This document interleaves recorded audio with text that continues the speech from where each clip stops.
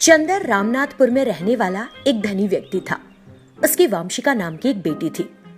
जब वो एक छोटी बच्ची थी तभी उसने अपनी माँ को खो दिया और इसीलिए चंदर उसके लिए सब कुछ बन गया और उसने कभी भी वंशिका को अपनी माँ की कमी महसूस नहीं होने दी। उसने जो कुछ भी मांगा, चंदर ने उसकी बात को कभी ना नहीं कहा। वामशिका के पास न केवल धन और सुंदरता थी, बल्कि उसे बहुत घमंड था और वो जब भी कोई गलती करती थी तो उसका पिता उसे अपने धन और प्रसिद्धि से ढक देता था। पापा, आज मुझे दूध नहीं पीना। ओके डियर, जो कुछ भी पीने का मन करे वो पी सकती हो। वो फ्रिज खोलती है और कोक निकाल लेती है। ब्लैक फॉरेस्ट केक का एक टुकड़ा खाती है जो उसे बेहद पसंद होता है। अपनी किताबें लेती है, कार में बैठकर अपने पापा को बाय करती है और कॉलेज के लिए निकल जाती है। उसी गांव में एक विधवा अपनी बेटी के साथ रहती थी। वो दोनों एक दूसरे के लिए सब कुछ थी। उसकी बेटी कीर्ति एक मेहनती लड़की थी जो अपनी पढ़ाई में हमेशा अव्वल रहती थी। पढ़ाई के साथ साथ वो अपने घर के कामों में भी अपनी माँ की मदद करती थी। एक दिन, माँ मैं कॉलेज जा रही हूँ। ठीक है कीर्ति, सावधान रहना और किसी से बहस में नहीं पड़ना। हम गरीब लोग हैं बिटिया, हम केवल कड़ी मेहनत कर सकते हैं।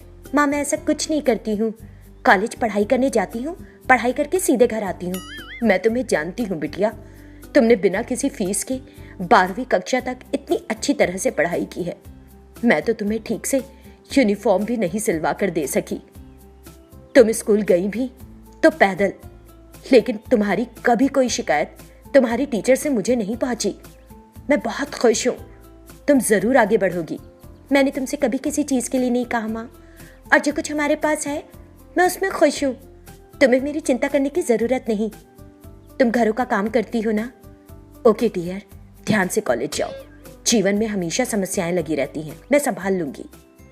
माँ कीर्ति को कॉलेज जाने के लिए बस का किराया देती है और वो बाहर आकर उसे तब तक देखती रहती है जब तक कि कीर्ति उसकी आंखों से ओझल नहीं हो जाती। और फिर अपना काम करने के लिए घर चली जाती है। लेकिन जैसे ही कीर्ति को समझ आता है कि अब माँ उसे नहीं देख रही, तो वो वापस मुड़कर पैदल जाने का रास्ता चुनती है और 5 किलोमीटर चलकर अपने कॉलेज जाने लगती है, बस का किराया बचाने के लिए। उधर वामशिका ने कॉलेज परिसर में एक पेड़ की छाया के नीचे अपनी कार पार्क की और अपने सामने से गुजरने वाले सभी छात्र छात्राओं पर फप्तियां कसना शुरू कर दिया। उसी समय वो कीर्ति को वहां से आते देखती है। ओए होए, गांव की लड़की, मुझे उसका मखौल उड़ाकर उसके मजे लेने चाहिए। ये लोग जिनके पास ठीक से पहनने के लिए कपड़े भी नहीं होते, कॉलेज आ जाते हैं। जैसे ही कीर्ति सामने से गुजरी, वामशिका ने अपना पैर उसके सामने रखकर उसे गिराने की कोशिश की, लेकिन कीर्ति संभल गई और चुपचाप उससे दूर जाने लगी। बेचारी लड़की। वामशिका की आवाज सुनकर वो वहीं रुक गई।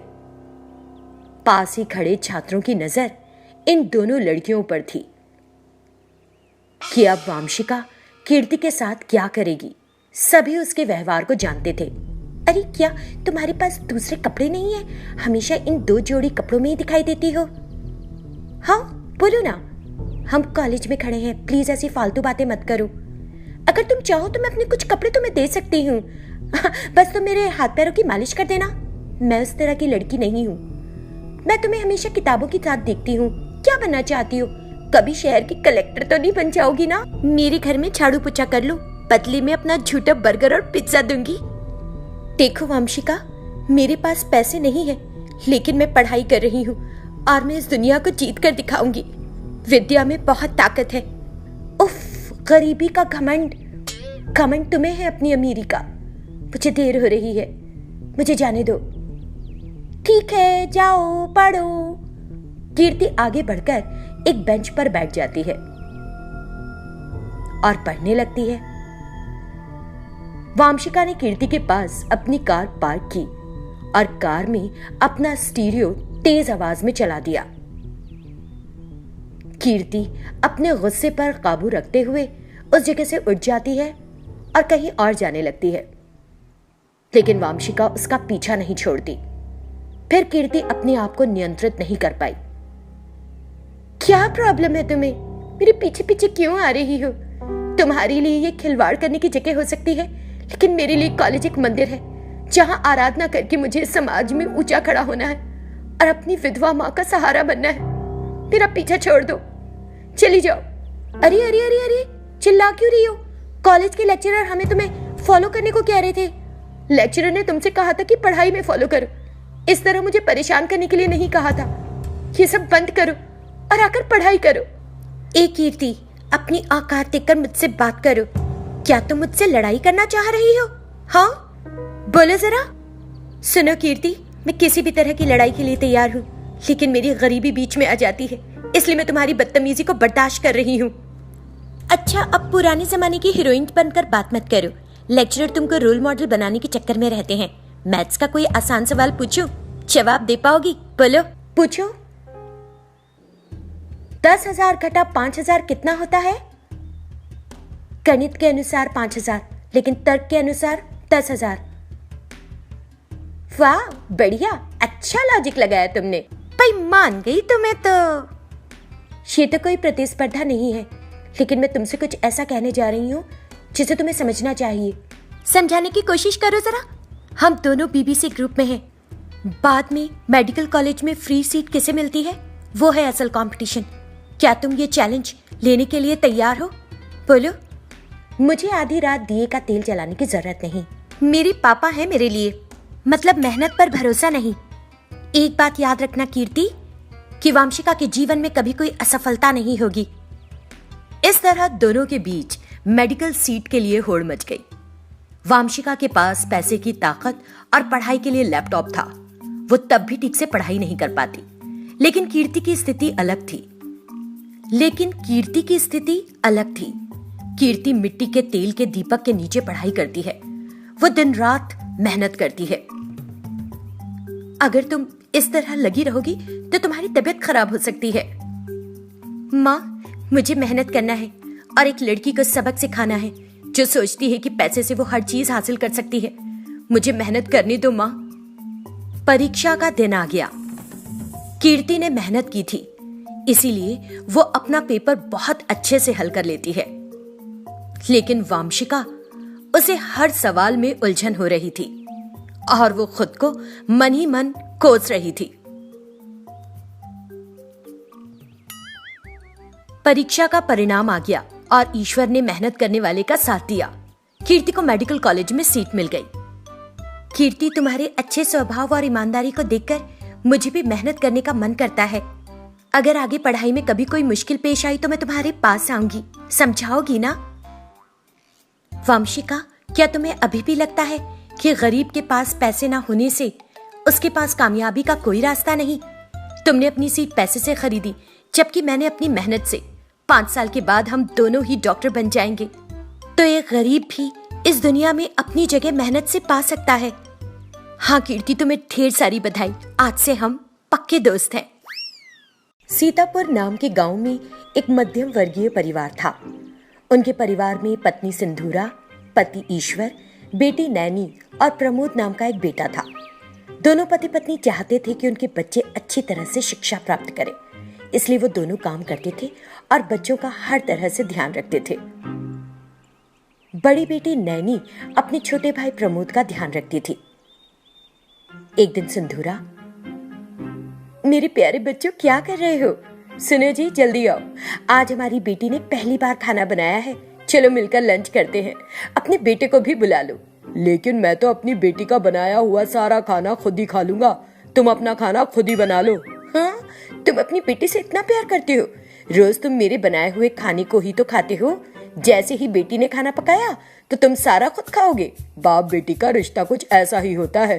ओह, तो ये बात है, हम तो ये बात जानते ही नहीं थे। प्रमोद, तुम अपने कमरे में क्या कर रहे हो? हमेशा अपने कमरे में ही रहते हो, हमारे साथ भी तो कुछ समय बताओ। आज तुम्हारी बहन ने खाना बनाया है, जल्दी आ जाओ। हे भगवान, बड़ी बहन ने पकाया है? मुझे तो भूख नहीं, आप ही खा लो। घर में खाने को कुछ और नहीं है क्या? बहन के हाथ का ही खाना होगा। मुझे डर लग रहा है। इतना मत डरो बेटा, मेरी माँ सुनहरी जब खाना पकाती थी तो हम सबको खाना अच्छा लगता था ना। दादी अच्छा खाना पकाती थी पापा। बहन के खाना पकाने की तुलना दादी के खाना पकाने से मत करो। दादी जो स्वर्ग में है बुरा मान जाएंगी। अपने कर्म है बेटा, किस्मत में इतना ही लिखा था तुम्हारे दादी का हाथ का खाना। ईश्वर जाकर डाइनिंग टेबल पर बैठ जाता है। सिंदूरा नैनी और ईश्वर को भोजन कराती है। हमारा बेटा कहाँ है? उसने तो बोला था कि वो बहुत भूखा है। उसे भूख नहीं, उसने कहा कि वो बाद में खाना खाएगा। ठीक है, मैं लेकर आती हूँ उसे। सिंदूरा अपने प्रमोद के पास जाती है और उसे दोपहर के भोजन के लिए मनाती है और वहां ले आती है। उधर ईश्वर अपनी बेटी के हाथ से पके हुए खाने की तारीफ करता है और जल्दी जल्दी खाता है। प्रमोद आकर डाइनिंग टेबल पर बैठ जाता है। सिंदूरा प्रमोद को खाना परोसती है। अरे प्रमोद, तुम तो कह रहे थे कि तुम बहुत देर से भूखे हो, लेकिन जब पापा ने तुम्हें खाना खाने के लिए बुलाया तो तुमने ये क्यों कहा कि भूख नहीं लगी है? पापा ने बताया कि बहन ने खाना बनाया है, इसलिए मैं डर गया था, लेकिन खाना तो अच्छा बना है। उस रात सब लोग मिलजुल कर खाना खाते हैं और सो जाते हैं।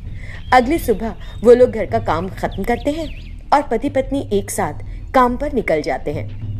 बेटी नैनी, हम ऑफिस जा रहे हैं, भाई को बाहर मत जाने देना। इन दिनों बाहर जाना अच्छा नहीं, कर्फ्यू भी लगा हुआ है, घर पर ही रहना, ठीक है?